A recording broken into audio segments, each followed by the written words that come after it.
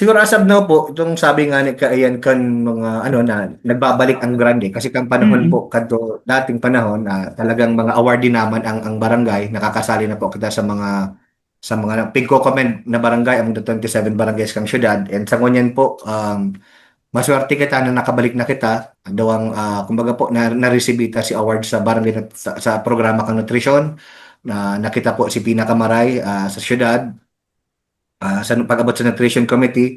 Pangalawa po, kita man din po si naging model barangay kang syudad, pag-abot po sa Mm. BCPC, sa evaluation, manungod po sa children programs.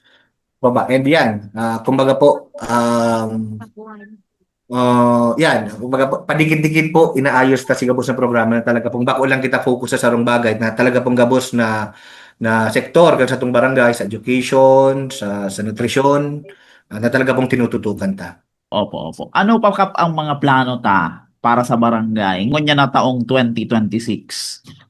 Actually po, dati man lang po, balak na lang pong sustain to yung mga marina programa para po, yan, masusta na po si kung ano man si mga ginigibot na sa barangay. And syempre po, balak ta mag-i-improve pa kung ano kaya pong i-improve sa iba pang sektor kang sa tuyang serbisyo para po masigurado ta na nakukuha po kung sa tuyang mga residente si tamang serbisyo and si tamang mga programa na dapat po sa barangay. Nabako lang po kita basta-basta nagibo ni programa kundi pigpaplanuhan ta siya kung ano po mas pangangaipo kang barangay. And yan, padagos po ang sa tuyang konsultasyon sa mga private homeowners, sa mga subdivision, si mga private homeowners association, sa mga 99 pong organizations, kabali po siya sa pagpaplano ta para po masigurado na ang ginigibo ta base po sa pangangaipo, bako po base sa kagustuhan lang kang council or kang kapitan na ini po nakaangkla duman sa pangangaipo kang barangay bako sa kagustuhan kang kulang or kang barangay council na dapat po Mm. maging kitang consultative para po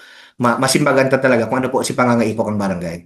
Opo, Yan po nga opo. din. Ang sa pangangaipo yan, po ma-maintain ang peace and order na makadagdag po kita ng mga CCTVs as well as ma-maintain po ang street lights through ang si pinakaano ta po makakaagning mga mga solar street lights yan sa po yan sa pigbabudgetan ta as well as si maayos po makonkreta po si maayos po si ibang mga drainages na kaya kang barangay na ayuson as well as si mga tinampo po especially sa mga estudyante na masemento para po maging conducive man po sa satuyang mga estudyante sa paglalaro Mm.